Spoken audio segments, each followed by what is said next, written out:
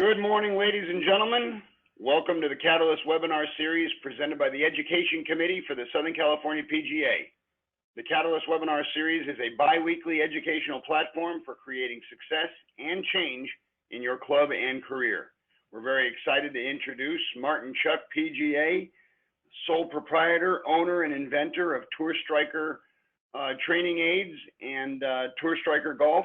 Martin is a top 100 golf coach and instructor in Golf Magazine and top 50 golf coach on Golf Digest.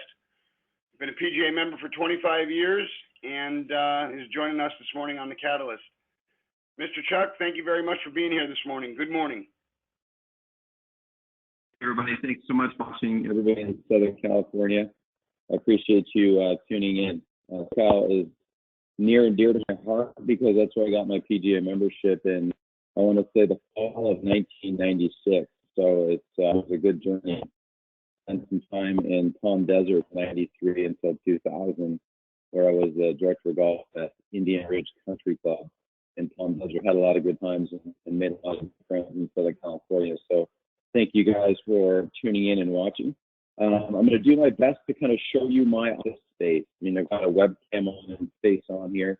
You're also looking at me, and you can adjust your screen. I'm kind of getting you through JC video here. And I just That's right. I set up my thank you, Martin. For all the attendees on the call this morning, a little different format. If you notice on your screen, the top screen is Martin's webcam, and the bottom screen is his JC video. You actually have control of how big you want to make each screen. If you grab the middle bar there where the lines are, you can adjust that up or down depending on where Martin is. Like if he's doing a demonstration on the top, you'll want to grab the middle bar and pull it down to make the top screen as large as possible.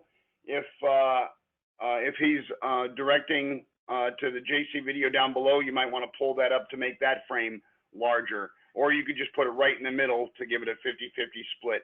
Just wanted to let you guys know that you do have control over the sizing of that split screen. Sorry about that, Martin. Go ahead. Yeah, no worries, John. Thank you. So what I'm going to attempt to do, guys, is kind of walk you through a little bit of how I start my day. Hopefully you can pick up some nuggets from this. My teaching career started when I was 6 years old, a long time ago in Toronto, Ontario, Canada. I worked for a pretty famous Canadian PGA Tour player by the name of George Newton. George won 8 times on the PGA Tour, and he was an awesome fella. And I got to started working with him as a junior golfer when I was really young. When I worked at his reign, I was 16. And onboarded his new lessons. And so this is some of the things I want to kind of talk to you about. And I do a lot of PGA coaching summits, and some of it's technique, some of it's marketing, some of it's just how to be in relation to your clients. And so the first thing I know, I'm not talking to you on this, but this right here, I'm holding in my hand. I know it's always hard to see in your on your computer with 2 screens, one in the webcam and then through JC video. But as I walk a little closer to the camera, that's a receiver for, that's a transmitter for my microphone. So every time I get to work, first thing I do is I put fresh rechargeable batteries, okay, in my device. And because here's the thing, I'll show you guys a couple of things. I want to show you how to make more money today. And then I want to talk to you about some coaching preferences and things you can do as well. But like the first thing I'm doing before I even start a lesson is I'm preparing myself for the day. And kind of what you're looking at here, this crazy contraption, naturally you see a kind of a tripod here. And I've had the pleasure of sharing this with coaches all around the world. I've got my microphone that I wear on my pocket shirt here. I've got my transmitter, my receiver. And now I have my iPhone in here in the 600 case, always. And then when I'm working all day, I put my phone on airplane mode. So typically my teaching day starts at about 8 o'clock. Right now we've got a golf school open in Arizona. So we've got a small golf school.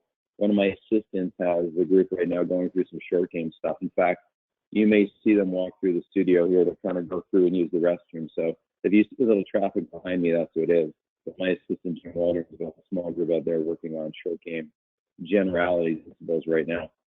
But this little device here is a critical thing, in my opinion, and great sounds a critical thing. I'm talking to you through some AirPods right now, so hopefully you can hear me okay.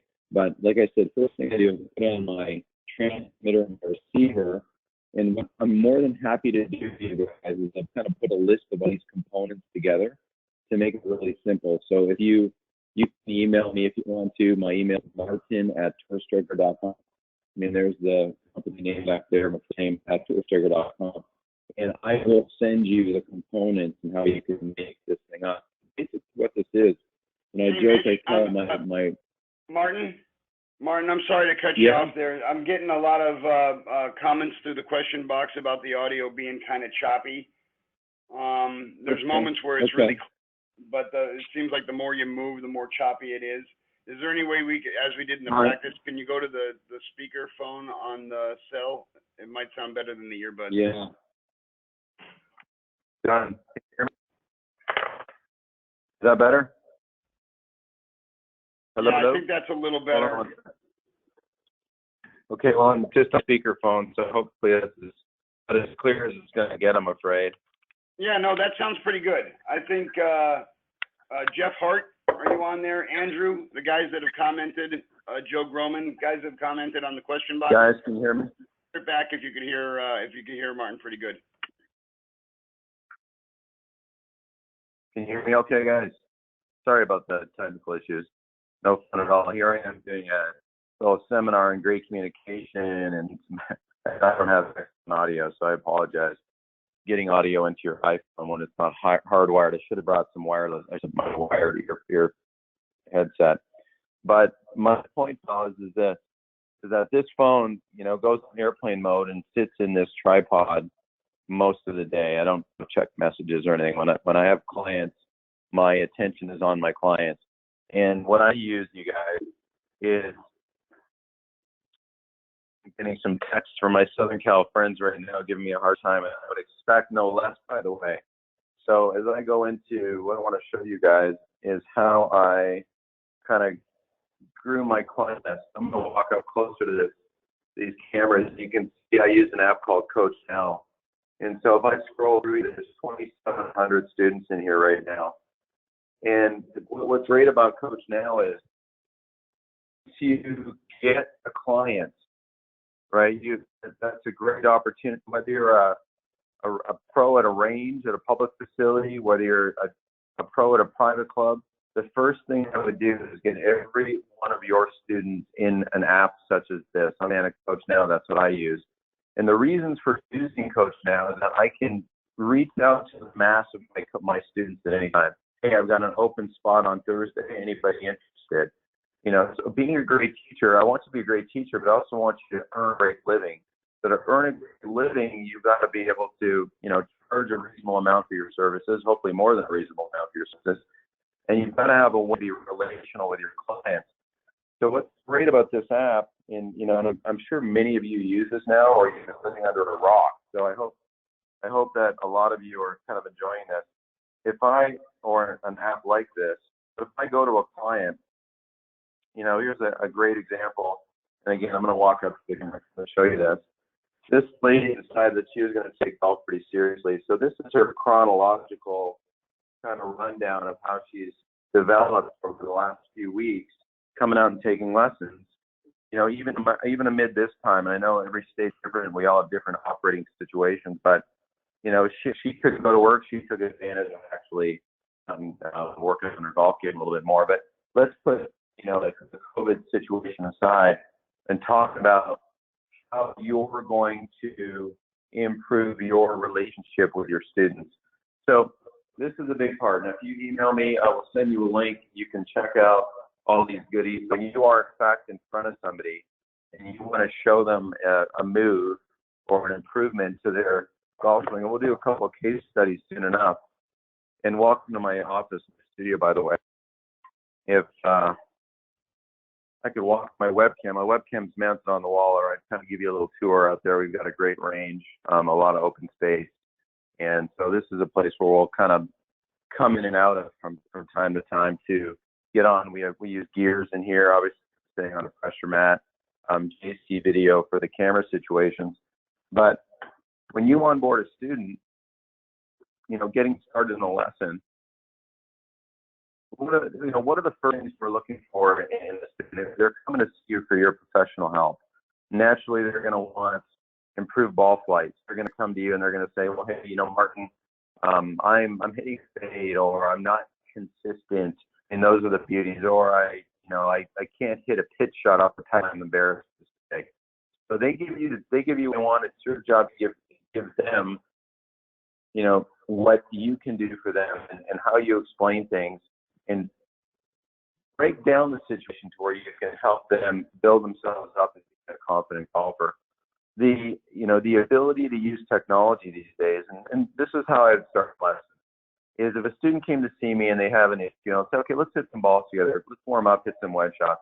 And as the trained eye that you are, you're going to see pretty quickly whether the golf shaft is, coming in steeply, if it's too shallow, what the face relationship is, whether their body is, wanders in the backswing, whether they don't, use the ground, all those variety of things. I like to think that nowadays there's never been a more educated group of coaches out there. Through things like this, YouTube videos, Instagram videos, if you're not getting the information to be an intelligent coach these days, I'm going to throw that back on you because, go back 20 years ago, we had to really go and shadow pros, and we had to, read books and go to seminars the PGA offered. Now all this information is basically at your fingertips because a lot of the really good coaches just kind of give it away. So as a student of the game and as a coach of the game, I want you guys to go ahead and say, well, I like the way Martin presents that information, or, George Gankis or Dana Dahlquist or whoever it is, great PGA members in your section, Arizona, wherever, worldwide, it's at your fingertips. Now it's up to you to go, okay, this is how I'm going to present that information. Now, I'm a big believer in cataloging the information using that app that I showed you a moment ago by creating a space for the student, getting their information in there quickly. I like to show before swing, naturally, and then what I'm going to do to help them organize themselves moving forward. As a coach, I don't have members at this facility. This is my private coaching area, and people come to see me. I'll tell you what, I'm sort of tough on them. I'm tough on them in a certain way. I'm going to get a little prop here. I'll be right back. So what I use, honestly, this silly thing right here, it's probably RD, but this is a magic wand. Okay, this is my Harry Potter magic wand. And when they come to see me in a golf school format, and we do golf schools every week, Wednesday through Friday, and then I do private coaching one-on-one Monday, Tuesday, I always say to folks, here's my magic, and the golf school said I have a group of 12 in front of me. I'll say, here's my magic wand. I'm one magic trick to make you all freshmen in high school. And the reason I say that is because you're here, freshman in high school, you like golf, you want to play golf, you want to make my team, that's great. I'm going to give you exactly what I think you need to make my golf team. Selfishly, I want you to play good for me so that we win a state title. You probably won't make my team this year. And think about when you develop the game. Most of the people I'm talking to right now fell in love with golf early. Okay, you worked hard. You probably had some coach you respected. In most cases, that's the situation. If the coach asked you to do something, probably said, yes, sir, yes, ma'am, I'll do it. So most of the clients we teach don't have that mentality. They come to you for magic. They want you to tell them in 1 hour how to become Billy Joel on a piano when they never played piano before. So they've got unrealistic expectations of the skill they're trying to develop and actually how challenging it is. So in a professional, fun way, you've got to tell them, hey, listen, you don't deserve to be good, and it's okay to hit a variety of shots. As a coach, I'm going to hold you to task in a pleasant way and give you a detailed way of developing your skills, much like if you went and took a piano lesson. You're not going to play a very difficult piece to get started. You're going to play a very simple piece. And you probably won't play that simple piece very well. But with a little bit of dedication and familiarity with the motion, all of a sudden some beauty can happen. And that beauty can happen in the form of a nice golf swing, center contact, pleasing ball strikes. So let me kind of see my list of stuff I'm talking about here. Going through, thinking in these things is I'm kind of pretending I'm staring out at a group of people, trying to get a feel for what the questions might be and, where this kind of goes. And when I do these, I kind of wing them because I like to just kind of express myself in how I would go about, giving all that stuff. I'm going to do a little bit of case study work in a second, but I can't tell you how important it is to use an app and to use great when you give a lesson. So for example, if I'm giving a lesson, I got my tripod out, and I do it two ways, you guys. This is recording kind of the big frame of the lesson. I might be 10 feet away with this with my client. I hit record. I can walk away from this. This has got I'm going to probably record a 8 to 10 minute bit out of an hour lesson. Might do that 2 or 3 times. So when I walk up and I'm manipulating the student, I might be changing their grip. I might be giving them some examples of how they're positioning the shaft, how their body is moving. Maybe it's moving, incorrectly, and I'm going to try to inspire them to take on a challenge and moving a little bit differently. Well, that camera is going to be taking on the full screen of that, great audio, the interaction, the challenge the student might have, what I'm saying. And I'm a big believer in demonstrating. So I'll take a golf club and I'll hit a shot, maybe chip a shot out there for them, show them some structure, show them what happened, what didn't happen. And that's all getting captured in their training space folder for them to review later on. Okay, so the beauty of that is they might have a clip 5 to 8 minutes. You can watch that clip. That clip lives in their training space. Now, if I see something that needs a little bit more detail, I always coach with my iPhone and my iPad, and this isn't a plug for Apple products, but that's what I use. And so in the iPad, I might just take a slow-mo. And in the slow-mo, I can take that, as many of you do, and I can take that and I can drop that slow-mo into their training space, and I use my little Apple Pencil here. And this is what I use when I'm outside on the grass. Okay, so I got my tripod and my iPhone on my mic on, and then I'll use this as well. They're getting a very thorough description of what was taught and how they perceived it. Okay, so they've got this recording they can reflect on, and then maybe they've got a pretty detailed slow-mo that we can take a look at and say, hey, that's a great improvement, way to go, or let's consider changing this, or give me a bit more effort and intention on this move. And so that's how I kind of go about things. Now, training aids. A lot of you, if I know you in Southern California years ago, many of you may use some of my products. I'm really grateful for that. Thank you so much. This silly little inflatable ball called Smart Ball has been a very, very good product for me and a lot of folks. And I'm not here to kind of promote my gear, but it's just, I want to explain to you how I try to get to the root of things quickly, because I believe that, you can share words with somebody and they can nod at you and look at you, but really probably 10% of those words are going to stick. But if you give somebody external feedback of something like this and say, okay, Mr. or Mrs. Member or new golfer that's on the range you're teaching, when you go back, you go to the top and your elbows separate, and as a result, your wrist angles get, a little too unreliable. When we take a ball like this and we can kind of manage our arms a little bit differently, if we manage our arms a little bit differently, we manage our wrists a little bit differently. And then the face is a little bit more reliable. So as a golf coach, I'm a big fan of external feedback devices, training aids. Some of you are familiar with actually Southern Cal PGA member David Woods as a collaboration. And that was a fun one. He's been a buddy of mine for, 20 plus years. And I used to do these video tips with surgical tubing, and I've got a bunch of it right here hanging off the wall. And in the surgical tubing, I would take the tubing and I would tie it on the golf club or on parts of the body to inspire people to get forth and change the way their body uses muscles to golf club. Well, in the video, you saw how I used it. I had it kind of tied off on the belt. It was really kind of a backswing video. And David's idea was, hey, Martin, if you kind of put that on a rail, now all of a sudden you might have something to actually make a fall through with. and it won't be so limited as a feel. And that's how we came up with the PlaneMate. And the PlaneMate's been great. It's those things where you have something that can inspire behavior super fast. And here's what I mean by that. If I put this belt on,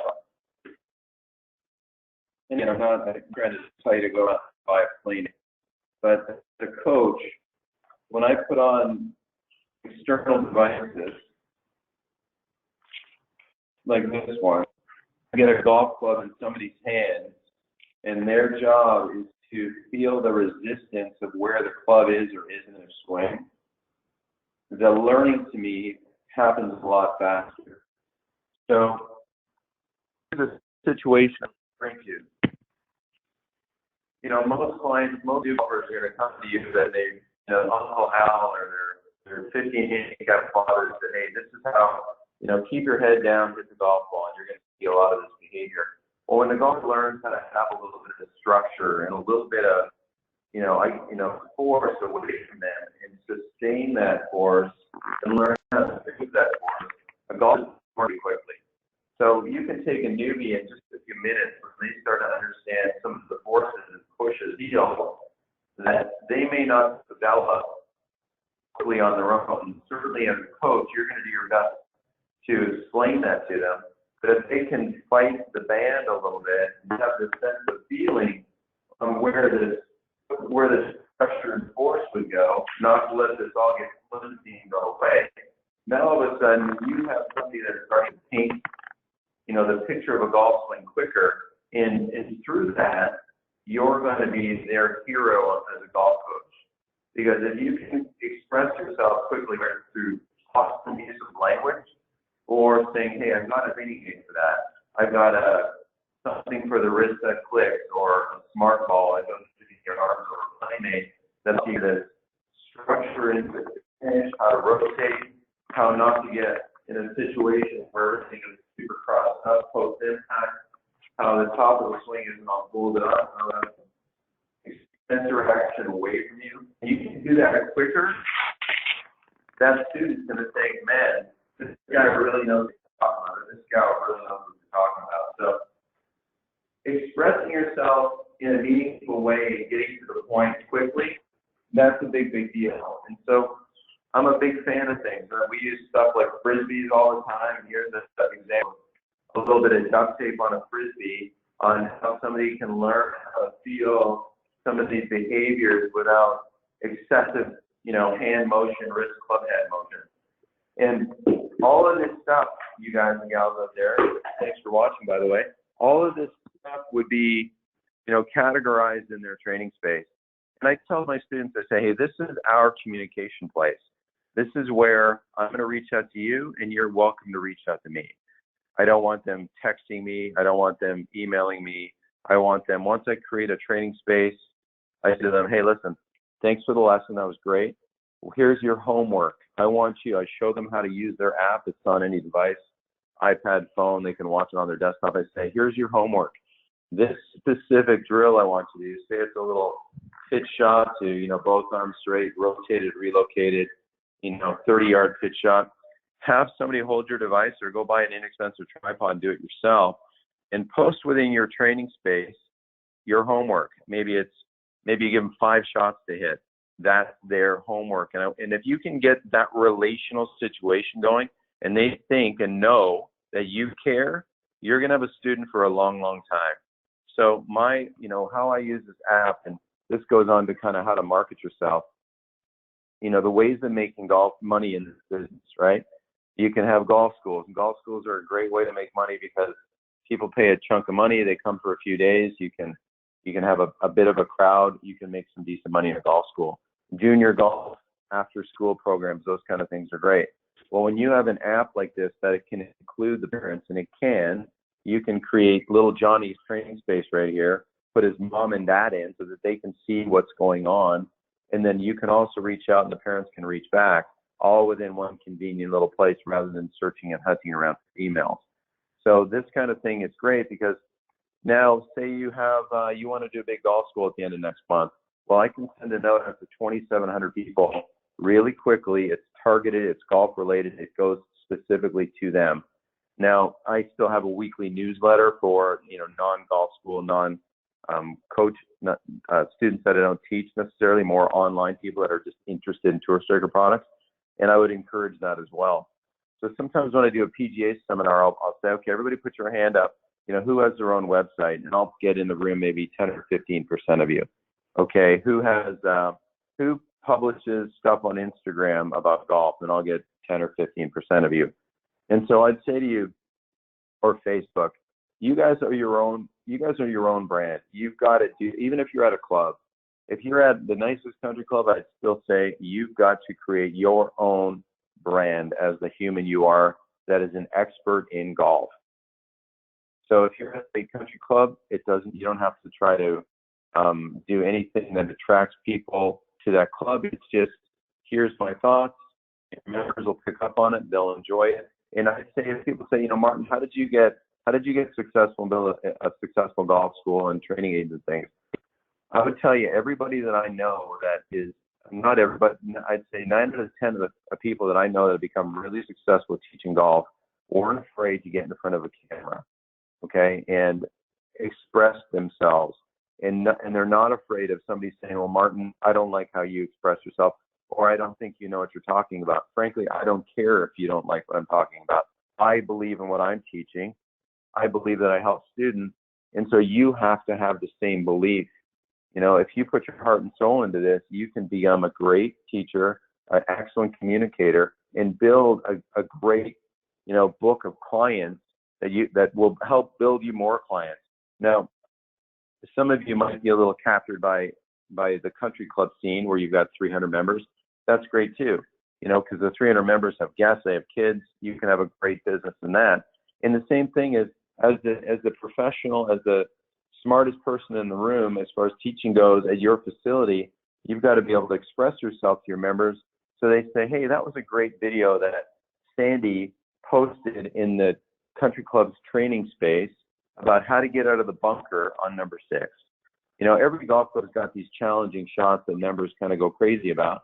Well, how about you go express yourself, get in that situation, and show them how to do it, and post it to all of your members. And if you do that in a newsletter format, that's fine. But in a private club setting, I would get every member's email, and I would build them all free training space, and then drop in little bits of wisdom into that training space on a regular basis. So now Mr. and Mrs. Member maybe get a video in their training space every Monday from you, and they'll get excited about that video. Hey, I love that video, John. That was fantastic. I have that tricky downhill chip on that hole all the time, and that really helped me. So now you're building this relational thing. They know you care. You're giving them something. They're more likely to keep you top of mind when they want a golf lesson. Now, maybe you're the only lesson that the person provides lessons at the club. Don't be complacent with that, okay? Because there's always bigger and better for you. And maybe you think this is where you're at. Fantastic. There's still always bigger and better for you. And I want to, hey, John, if you can hear me, bud, are there any questions right now that maybe you could rattle off and I can help answer, or I can go to a couple of case studies if you like? John, you there, bud? Yes, sir. I'm here. Any questions at all from the crowd, or should I just kind of keep on doing my thing? No, at this time, no questions. Go ahead and continue. Okay.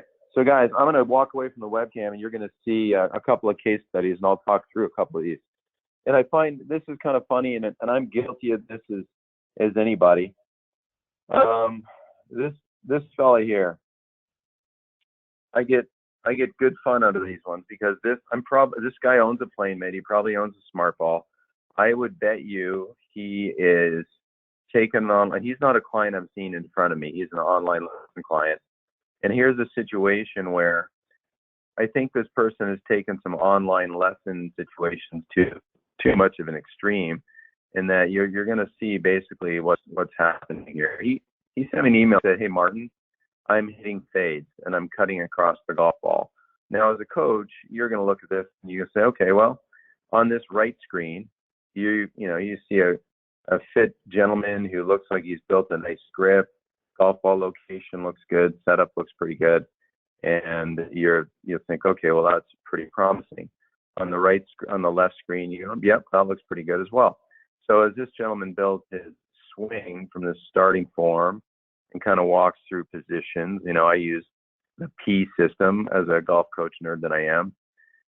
He works through P2 from P1 to P2, club faces shots, lead arm, has zero pronation, actually has kind of a reverse roll, kind of supinates his lead arm.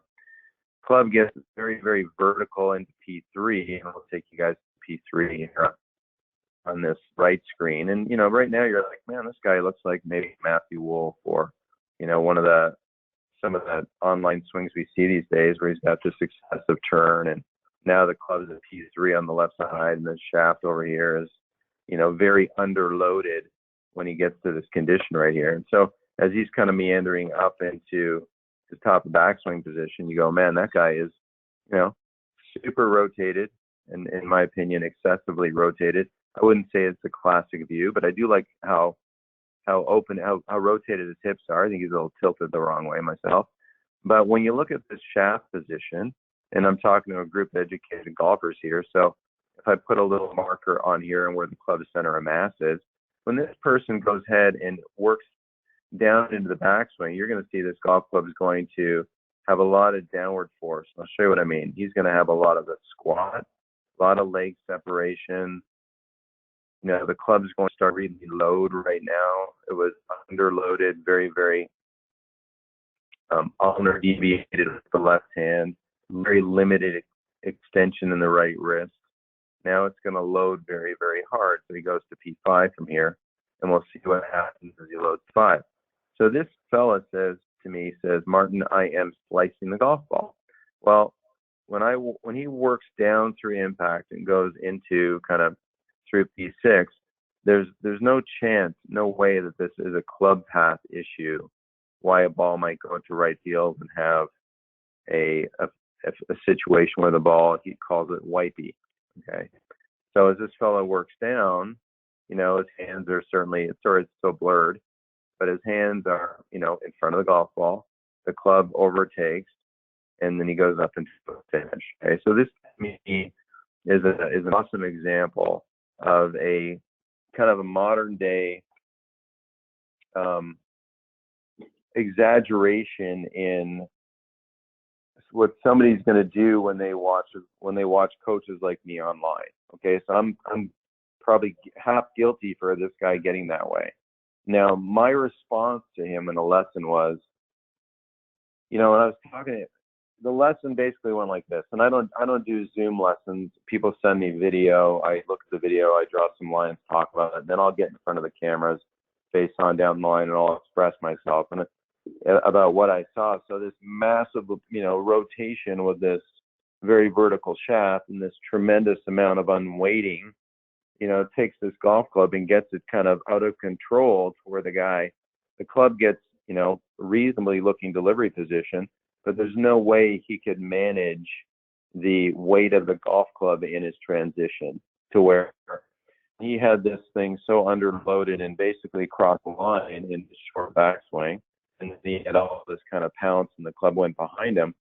He had this nice look, but he couldn't manage the club face. So the lesson went on more of a, okay, sir, let's create a little bit more, I'd say, orthodox or classic looking fundamentals where the golf club, the trail wrist was bent back. Instead of being across the line so much, we had a situation where the club was pointing, behind the golfer to the right a little bit, or I guess that would be behind the golfer to the left, sorry, and not so crossed up, because crossed up situation, he couldn't handle the weight of the golf club laying down behind him and opening the club face. So in a little bit of a situation where he went from P2, P3, the weight of the club a little bit more behind him, now his body was a little bit, it could manage how to get his face a little bit more square, because the physical movements he made were fantastic. The rotation and a little bit of excessive bend here, I try to minimize a little bit. I don't want a golfer wandering to, away from the target. I don't, but I don't also want them kind of meandering toward it either. So centering him up a bit and getting the shaft behind him pitched a little bit helped him get the golf club down in front of him to where it could square up a little bit easier And that fella there, and some of you might go, yeah, you know, I can see, you know, the super popular online coaches right now. And I'll just say, like George, you know, George Gankis, a fantastic coach, and I've got to meet him a few times and hang out with him. He's a super nice guy. That, you know, certain coaches are so popular that I joked with this fella. I said, after dinner, you know, one little piece of cheesecake for dessert's fantastic. If you have 5 pieces of cheesecake, you're going to be sick. So if something works to a small degree, introduce it to that degree, and don't go so past something where it breaks, right? And I think that fella obviously is a fan of oncoming. He's got some serious influences, probably watches a lot of Instagram, and he's developed a golf swing that has a lot of potential, but it's not very reliable because it got a little over the deep end with some of the kind of the looks that you'll see some of the younger kids and some of the modern coaches doing these days. And that's not a knock, because I love what those guys are doing out there. I just think that everything be pushed to the extreme, and there's an example of push to the extreme. So here's a more simple one that you'll see with a lot of clients. And I'm going to take, this was a fellow that came out for a lesson not too long ago, pretty basic stuff. And you'll see pretty quickly what's going on here with this fella. As I take him into a backswing, and I'll go pretty slowly. This is a pretty common where the club gets at P2, way behind the hand, lead arm gets pinned too flat shoulder turn, and again, there's a crossed up look and a, you know, kind of a steep delivery. The guy's a pretty good golfer, really. You know, he gets the club on the ball, but he's got a, you know, big, like a late fit-in move to try to get some kind of resemblance of shallowing. The club still cuts across the golf ball. He gets the face on it, but he gets steep divots, and he has a bit of a fade bias with the driver that he really doesn't like. So, you know, there's a situation that a pretty common look with a lot of your club members or folks you teach. A little overrolled, a little pronated with the lead arm. Club gets way behind the golfer, flat shoulder turn. You know, he tries to sort it out by taking the momentum that he developed in his backswing, kind of tumbles it too steep, and now he's got to kind of back up and out of it to get the club on it, and he does. And this fellow, I want to say, is an 8 or 9 handicap golfer. You know, like a lot of folks tumbling the way of the club like he does, he gets ahead of it. That impact, I mean, it's good, really. But he didn't like some of the forces and feels and the way the ball responded. So we did, you know, here's a fun, simple drill I like to do with a lot of guys in this situation. So we're going to go down the line comparison, and I'll explain it to you. So there's an aim stick, and the aim stick is kind of held on the elbows with a band. Okay, now not a massive improvement to the, you know, P2 situation yet, but a much nicer looking transition into the golf ball. So, you know, this fellow had was able to manage pretty quick how he cleaned up P2 to a degree. Let's put P2 on the left and two on the right. And when you have an aim stick on the forearms, your peripheral vision can see the stick and can compare it to a target line.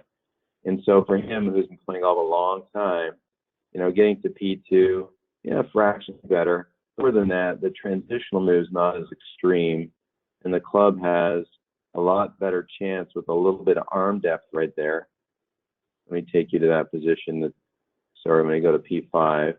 When we look at that, now you can see the improved arm depth that he has for somebody that's probably going to have more of a reasonable delivery club to golf ball. So on the left screen, on the right, I'll go to the left screen. On the left screen, the club works down, gets club on it pretty nice, but it was a very fadey bias. On the right screen, the club's coming down and has a little bit more of an opportunity to attack the golf ball and hit some shots that he found to be more pleasing. Now a face-on view of that. Let's go face-on and face-on. A couple simple things. You may have noticed in the down line, I stood him up a little bit more and, improved his posture somewhat. So I got his upper center mass a little bit over his lower center mass. My attempt here, and he's reluctant because it feels awkward, is to get his lead shoulder turned down a little bit more under his chin. So let's take a look at how these backswings have developed. So he's doing a pretty good job in both cases. nice sense of power development. He's got a nice pressure shift into the lead side, and in P5 on the other screen, you can see he had no depth, right? So when you have no depth, you've got to fit something in somehow. And he was basically kind of handle raised, toe down, good impact condition. And over on the right screen, very nice impact condition. But in the right screen, it's a situation where the grooves are kind of coming into the ground a little more parallel to the ground versus toe down, handle raise in the left screen. So just a simple way to go ahead and sense and feel how I'm going to make a change and work through the change. And like you can see in the one gentleman was an online lesson. I'm sure many of you give those. And basically I was kind of walking him off the modern technique or the excessively modern technique that a lot of people get into. Nothing wrong with classic golf swings. Absolutely nothing wrong. In fact, 90% of people have classic golf swings. 3% of people don't on tour anyway. Yeah, we always gravitate to what looks different and try to take on what looks different versus 97% of people do it in a classic way. It works, and that's why they're typically really good. That other gentleman, some basic things that kind of help him work through some positions of understanding how to move himself a little bit differently and better. Now, here's the thing about those lessons. Those have a home. That home is how I relate to that student. Now, if that student doesn't do his homework, I will reach out to him and say, hey, how's it going? Did you have some time to get some work done this week? Typically, most folks are going to be like, man, I didn't get a chance to get to the range, but I'm going tomorrow. I will post the video for review. And people say, well, Martin, how do you handle that many clients? And I'll say it's kind of like a lesson. Again, they want the magic wand Shazam of getting way better. But the reality is they're not going to go to the gym all the time. I wish they went to the gym all the time. When I get up in the morning before I come to work, my office, and the range out here, I'll open up my app and I'll scroll through my app and I'll see who posted. And usually I can get back to clients the same day. I might have 4 or 5 questions. And typically the questions are, I'll just turn the app on, turn the camera on, speak directly into the device and say, hey, I've got to get back to this next gal that lives in Michigan. I would say, Brenda, thanks for posting. You look great. Here, I would go refer back to that drill we did with the smart ball, or, that low point line drill where we painted that line on the ground, because that drill really helped you have the sense of how to understand where the circle of your swing needed to touch the ball. So you care. They're getting feedback from you. Sometimes they'll say, hey, I'm going to go to the studio later. I will send you a video, and I often do. I'll get in here and I'll record a clip that looks like this, and I'll drop it into their training space, kind of expressing, hey, you're letting that arm get back behind you again. The handle gets pulled down. Then you've got to kind of stand up and fit it in. Let's pay attention to our arm structure. Let's rotate some organized arms rather than retracting arms. And you're going to do a much better job reliably getting the club on the ball. People always want to default back to what their comfort level is, even if their comfort level doesn't provide them satisfaction when they play. So as a coach, your job is to kind of hold them task, be encouraging for them, right? But also, make them work a little bit. And I know sometimes in a setting where it's a country club and, members, and you're a hired person at a club, it's tough to be demanding of somebody like that. Frankly, when somebody comes to see me, they're coming to see me. It's not the club. I'm not going to see them every day. I make a friend fast. I like to think I keep a friend, but I give them some crap about it. And, I'll often joke, I'll say, you don't deserve to hit good shots. And they'll look at me kind of like, what are you talking about? Say, because you haven't put the work in. When you put the work in and it makes some sense, it's not going to be like rolling dice hoping it comes up 7. You're going to have a lot more reliable strikes by suffering these mild changes and going through this systematically and slowly. And if you can go through it systematically and slowly with a supportive coach, which I know you are going to be, and you are, and I certainly that's my goal, know your students will incrementally get better. Now, some won't. Face it, they want a magic wand. They'll come and they think you're going to give them one little whisper in their ear, Shazam, and boom, they're gone. And maybe you can make a grip that fixes the face and gives them all they need. have a bit more fun. But really, to develop the game of golf, there's so much to it. When you think all the skills that are required to be effective around the green, the course management pieces that are so valuable, that are important. And for those of you that can get your golfer on the golf course with you, the best lessons they'll ever have, because now they'll see the importance of how you walk into a shot, the routine of a good strike. And that's a big part of my golf school, is the routine of a shot, how he walks into a shot properly and organizes himself over a golf ball, settles in, looks at the target, wells, and hits the shot in full.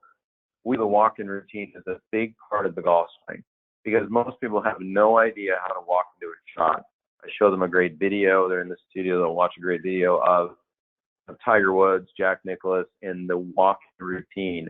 And that walk-in routine is critical to kind of calm the body, get the body on autopilot to where there's an opportunity to get their athletic motion onto the golf ball as best they can.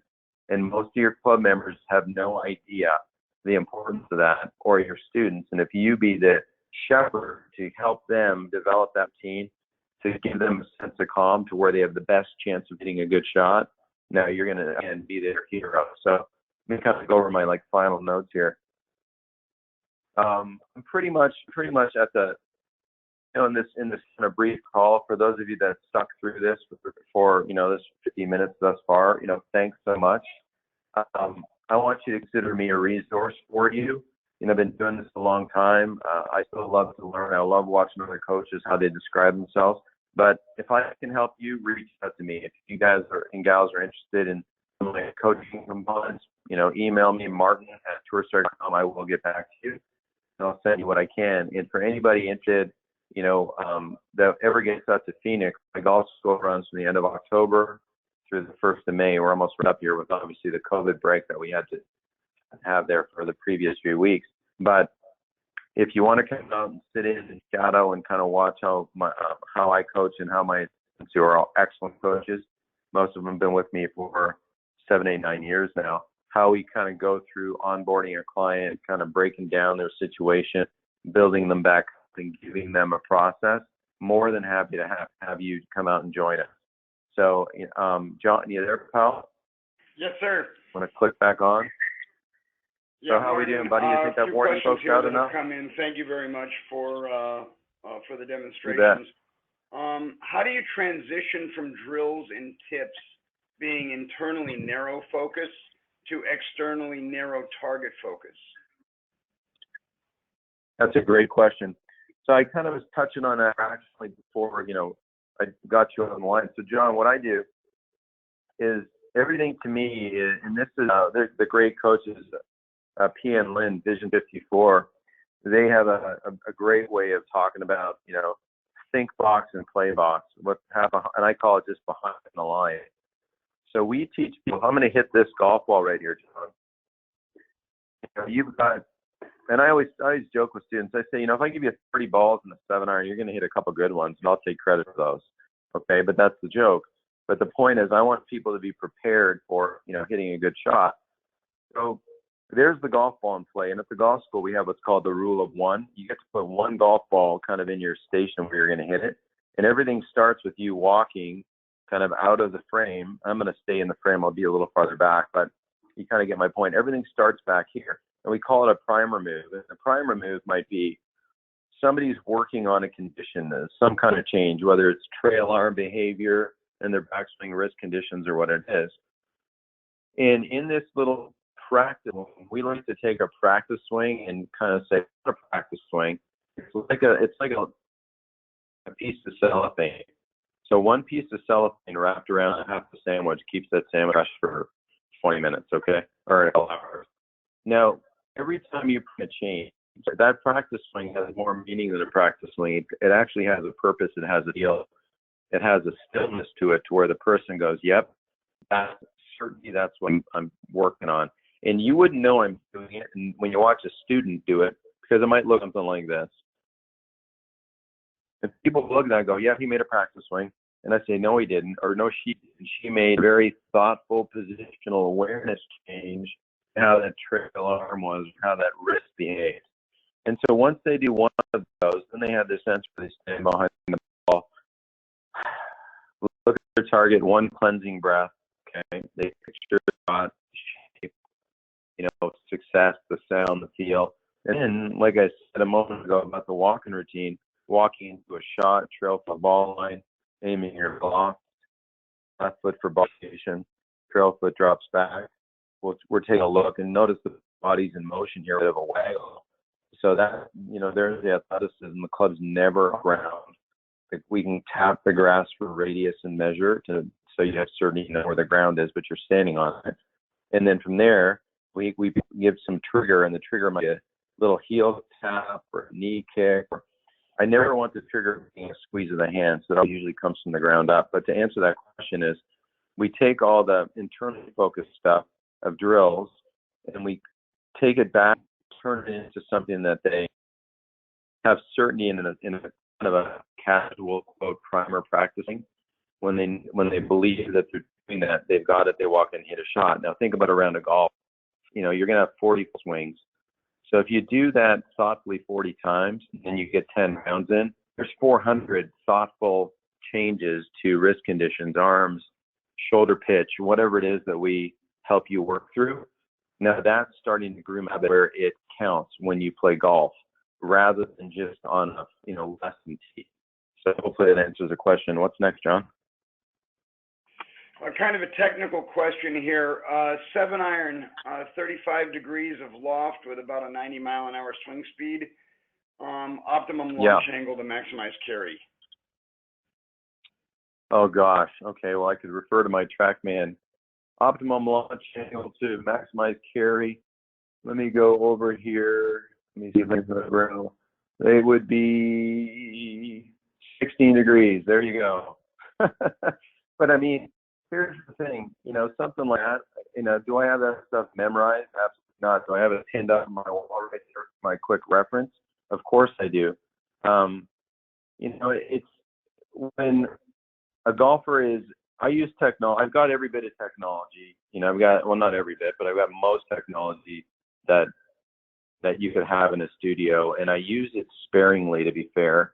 I use launch monitors briefly with students to check some things. And also I use technology to support my argument that I'm about to give them for why I'm going down the road I'm going to go down in teaching.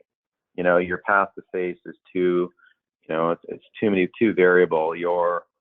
For example, your launch angle, maybe you hit down on it too much. Maybe your low point's in the wrong place and you get too much rubbish, grass and debris between the club face and the ball. You can look like a hero teaching on mats. You got to be, when you're on turf, you got to actually help people touch the ground in the right place. So, little like technical things like that, I have it at reference. Do I have it memorized? Heck no. Wouldn't even try to. What else you got, John?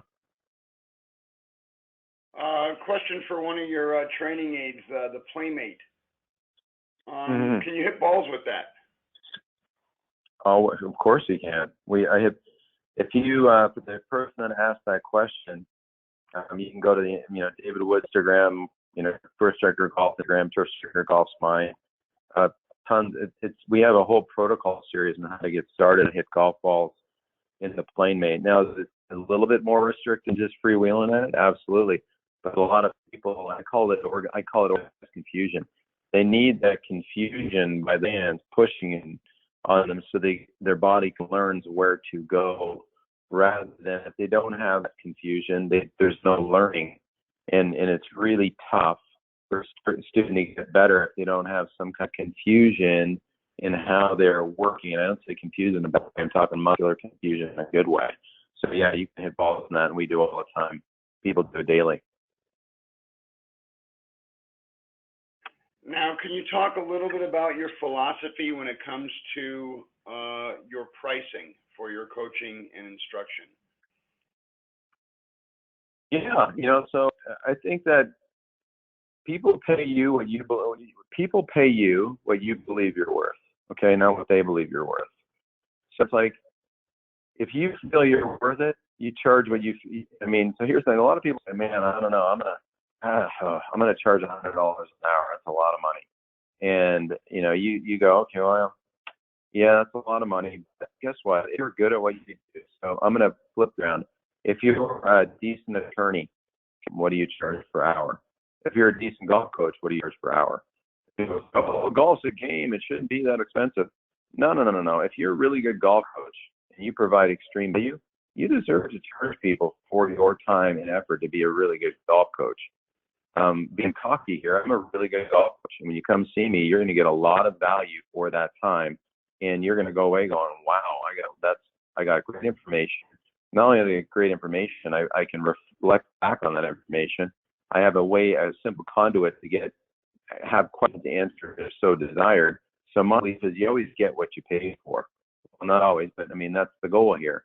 So I think, you look in your neighborhood and say, okay, well, what is everybody charging down the street? Now, some of you are a little bit limited because the club, of course, you're at might say, hey, this is what we got to charge members because members pay dues. And that's fine. I get it. You're kind of stuck there. You know what? Become a great coach. Charge a lot for your amazing service.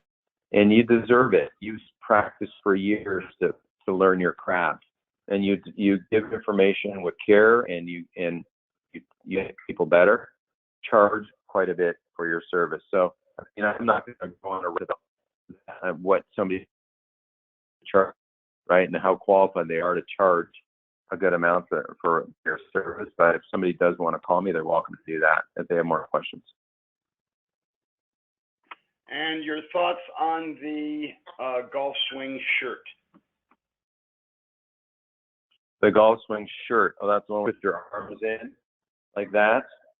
Yes, so sir. That's honestly, I've never tried that. It's got some merits to it. I would think that it may be a little restrictive, but it might get somebody working their pivot, and they may take away a positive from using it. I've seen it at the PGA show. I've never tried one, so I really don't know that. I haven't been inspired to get one, so let's put it to you that way. But there's probably some positive takeaways from it, other than looking like, a little funky with that thing in there. I'd like to get it on a buddy, and then my buddy, and then they'd be in trouble. But I think it could have some positives. I'll leave it at that.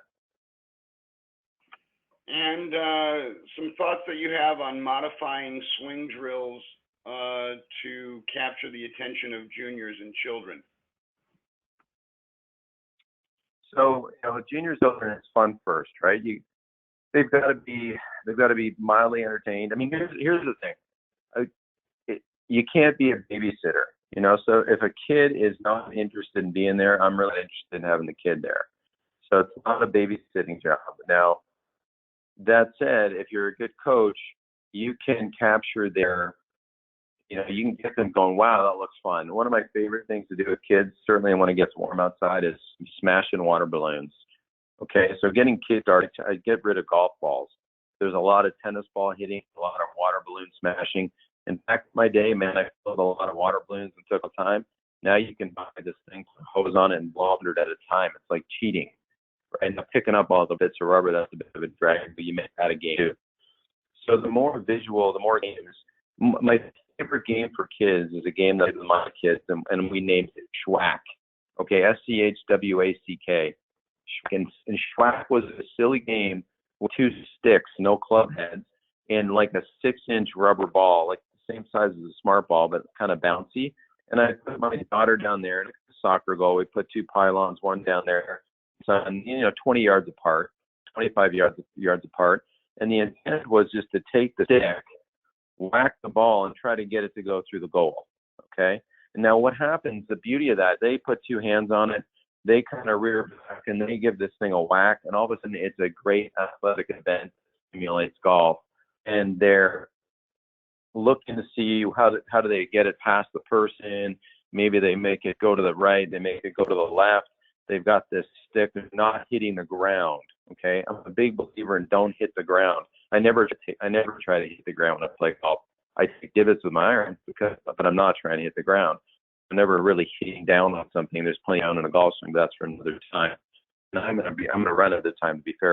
So we'll have one more question after this. But Schwack is a great game. 2 sticks, a ball, kind of give it like a soccer goal, and give it 10 yards. The kids got to run left and right and be agile and try to stop these balls. But you'll see that they'll develop some motion that takes on a golf swing pretty quickly. And that's what we're trying to do, is develop little athletes.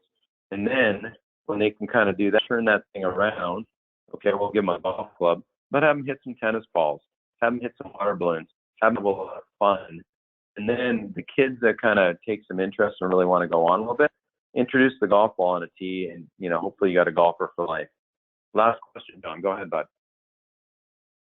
Actually, that's it, Martin. Those are all the questions for this morning, Okay. and that's all the time we have. On behalf of the Education Committee for the SCPGA, we want to thank Martin for his time and expertise, sharing and educating the section this morning. Thank you very much, Martin, for being with us. For all the attendees on the everybody, thank you. Nope, thank you, sir. For all the attendees on the Catalyst call this morning, shortly here within the hour, an email will be going out with the YouTube recording of Martin's presentation this morning, along with the link for the quiz. Please take the quiz and submit it. Score of 70% or higher will earn 1 MSR credit for attending this morning's Catalyst. I want to remind everybody that we are doing the Catalyst webinar weekly now, and next week at 8 o'clock Pacific time on Thursday, we'll have Bud Garmany with Garmany Golf Travel. Thank you, everybody, for being with us this morning. Mr. Chuck, thank you very much for your time. Have a great day, everybody. Take care. Take care, everybody. Bye now.